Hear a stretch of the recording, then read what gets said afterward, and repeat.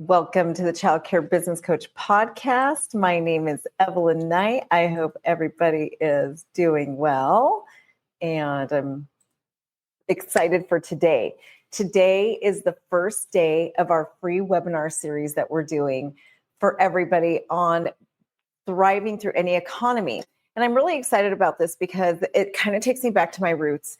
In 2020, I saw that there was a lot of turmoil happening, and there just was a lot going on in ECE.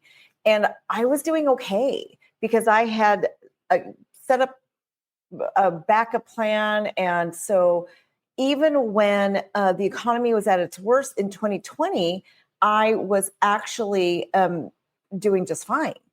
And so I had to really just kind of look around, and I saw so many of you out there in despair that every single day I started going on live to be the cheerleader, to let you know that we can do this. You can make it through this economy.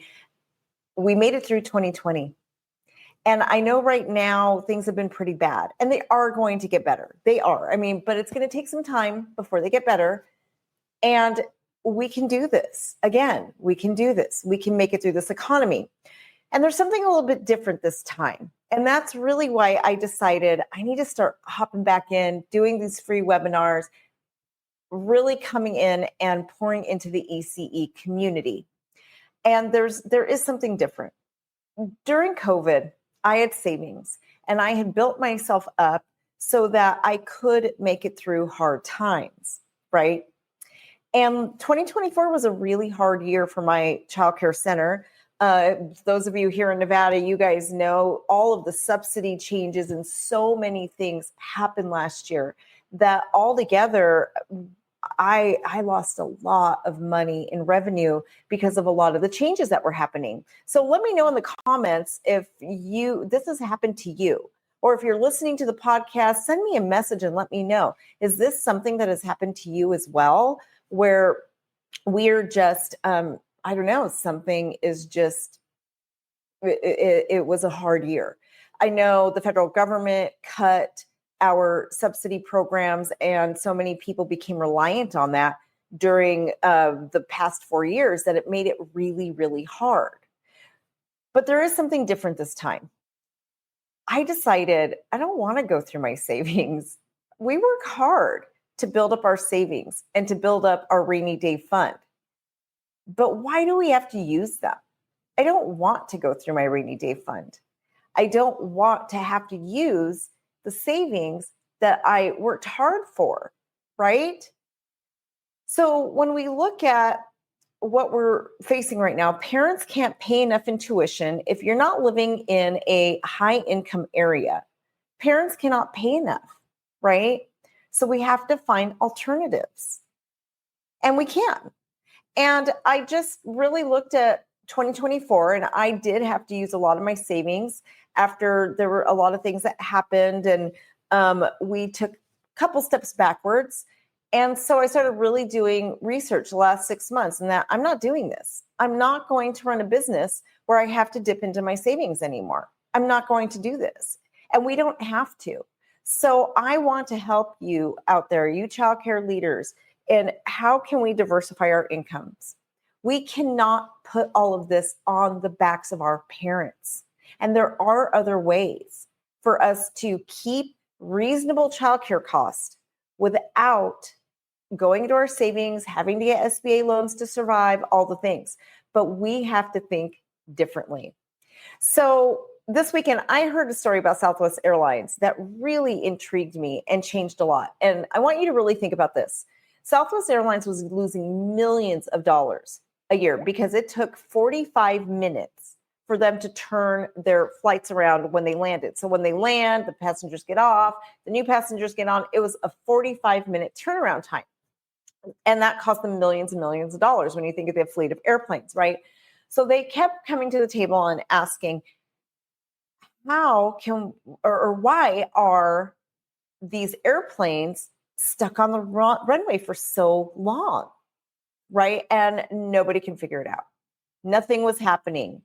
So they hired someone to come in and help. And that person changed one thing. The only thing that person changed was how they were framing the question. That's it.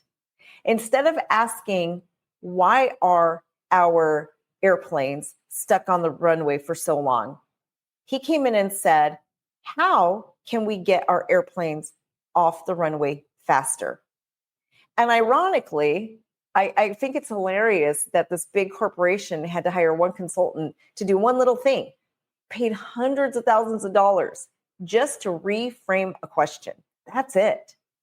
So for us in childcare, we're looking at enrollment right now. Why aren't people enrolling? Why can't I charge more? Why all the wrong questions? We're asking the wrong questions. For me, I went through a little over $100,000 in savings last year, just trying to keep up with what was going on at my childcare center. And I decided, no, I'm not doing this. Not doing this. I'm not going through my savings anymore. I'm not going to do this. So instead of asking, why am I going through my savings? I need to ask a different question. How can I create a program where I don't need to go through my savings? How can I create a program where I don't have to raise my rates and basically outprice some of my parents out of the system? What alternative measures can I take? This industry is dying. I was studying this all weekend. 91% of childcare centers fail before they hit the 10-year mark. I really want you to hear that. 91%, including the big corporations, fail. Only 9% of childcare programs survive past the 10-year mark. I was actually really proud of myself when I heard that, because I've been in business for 17 years. I'm like, yes, I have beat 91% of the people out there, 91%. But I want you to really understand and hear that. And did you know that the percentage of owners who can actually sell their company and exit is only 3%? That's insane. Only 3% have a viable company. There's a beginning to everything, and there's an end to everything. And most of us don't ever think about the end, but you need to all the time. You should always be thinking of the end, not just the beginning. We don't know what's going to happen. I know that better than anybody. Losing my husband a few years ago was really hard. The me of 20 years ago, the me of 10 years ago did not know that I was going to lose my husband, right? So what if it had been me instead? We would have had to sell my childcare center. So are you treating your program like it's an asset? Are you creating a viable business that can go beyond the 10-year mark, number one? And number two, when you're ready to retire, do you have a viable product that you can sell? And I know, you guys, I'm not thinking about selling my company, right? I'm not, but I still need to make sure I can at any moment. You don't know what life is going to throw at you. We don't know.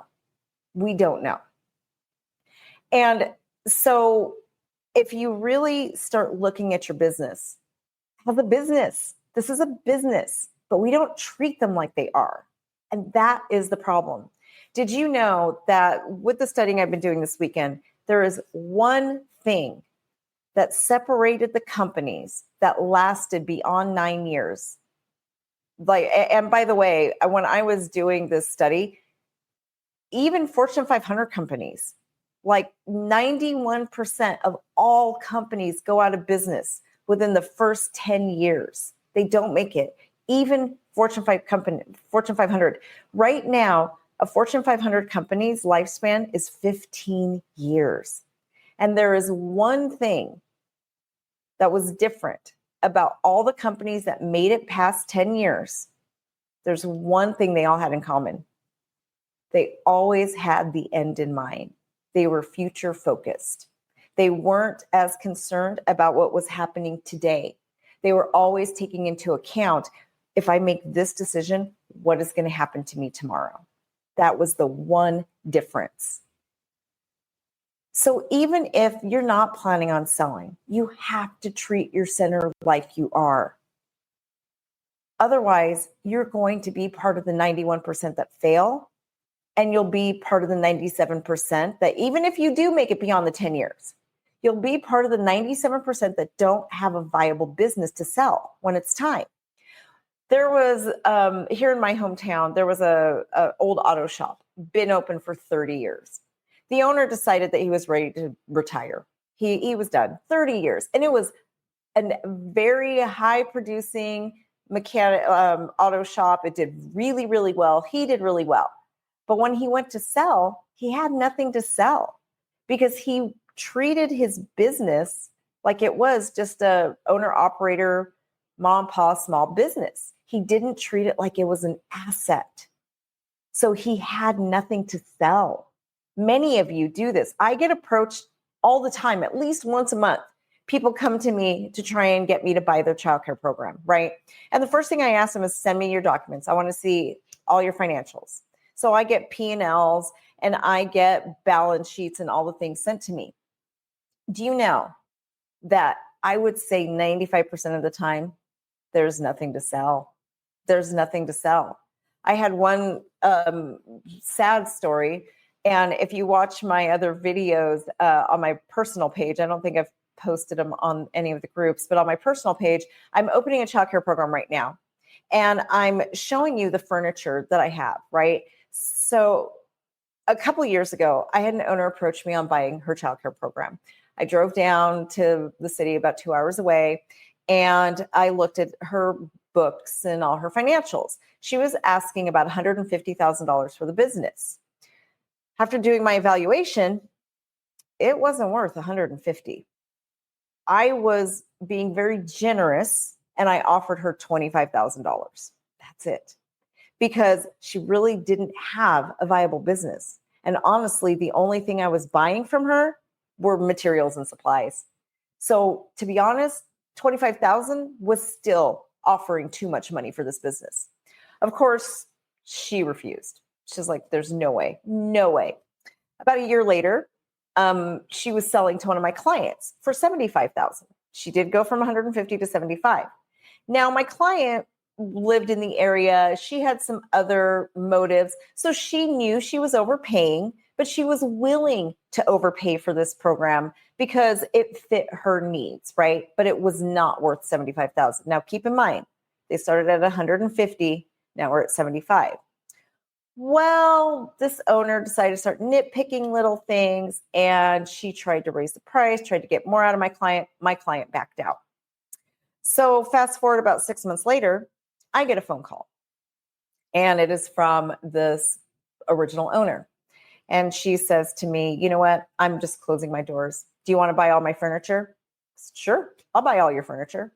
So I drove down there, took a look at all her furniture. She, by the way, she had already tried to do like a garage sale, a rummage sale thing. She put things on Facebook Marketplace, all the things, right? I ended up giving her $1,500. That's it. All the furniture in that building that was licensed for 50 children, I ended up paying $1,500. Now think about it. I had offered her $25,000. She also was in contract with somebody for $75,000, which was way too much money. But because she didn't have the business acumen and she didn't have the right systems in place, she didn't have a business that was worth anything. And honestly, the $1,500 I ended up paying is all it was worth. That was it. Because she had no viable business. That's all she had was the stuff inside the building. So if you're in that situation now and you know deep down, like, I got to do this, I don't want to go through my savings, or maybe you're out of your savings and you don't know how you're going to pay next month's payroll, be sure to join us for the free webinar I'm doing. It's only an hour and a half away. We're going to be doing a free webinar on really how to make yourself resistant to the bad economies. If you can't make it live, we are going to have recordings. So please do not miss out. You have done hard things before. This is just another one. We can make it through this economy. And we can do it by bringing in more streams of income instead of just relying on the one. Successful companies always have about 5 streams of income. In childcare, we have 1. We have tuition. We need more. And really all it comes down to is changing the question. How can we bring more income into our centers? And building up your business acumen so you really understand what actions you need to take, when you need to take it, so that you don't find yourself so buried that you don't know how you're going to make it. And you don't have to reach out to people like me to come in and take over your center.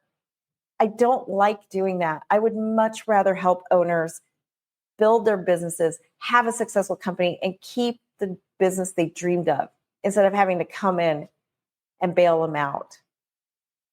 It's so much better for all of us if you get to keep your dream. So if you haven't signed up yet, please do so. And this is also going to work for you if you're doing great. Your center might be doing awesome. You might be in an area that isn't struggling like a big part of the United States. This program will also be great for you too. In this workshop, I'm basically going to just teach you how to build more income. So if you are a serial entrepreneur and you're really just trying to build up your portfolio and you want the valuation of your childcare center just to be higher and higher and just make it a much more highly valued company, then this is also for you. So please make sure that you join us for our free webinar coming up. I am going to put the link in the chat right now. If you're watching on my Facebook group, I will have to put the link in the chat after because I'm on a different platform. And I should have it in the comments if you're on YouTube or Instagram. It should be in there right now, but I will add, yep, that's right. Okay, I will add it for all of you. But yes, please join us for our webinar. Christina, if you're in there, you could drop the link in the chat. That would be awesome. But it will change your childcare business. It will. We don't have to suffer, and you don't have to go through your savings to get through this economy. There are other ways. And I promised myself in 2025, I'm not ever going to be in the position again where I have to blow through my savings. I'm not going to do it. I mean, it's great to have it, but when I have it, I want to use it to be my own bank. So if I need to go buy a new van or I need to do some construction project, I can use it in that sense. I don't want to have to go and tap in because of tuition issues. And we don't have to. So let's change this now together. And by the way, this episode of our podcast is brought to you by Kangaroo Time, which is the most amazing software. I use it at my programs. I absolutely love it. I can't even tell you guys how amazing Kangaroo Time is about training us and doing all the things. They meet with my management team once a week just to make sure that we are really fully utilizing the company to its fullest. They really want to make sure we're happy and that we are using their software to make our lives easier and that we're really getting our money's worth. I have tried some of the other software companies and they are absolutely the best. The other thing I have to say about Kangaroo Time is I really research companies before I allow them to endorse me or before I allow them to be one of our sponsors. And I promise you, I will never bring on a sponsor that doesn't have integrity. I will vet them because that is very, very important to me.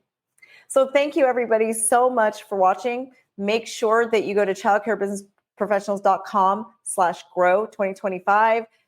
The link will be in the notes and sign up for today's free webinar. If you miss the live, we will get you the recording, but you do not want to miss out, you guys. This is a big deal. You don't want to miss out.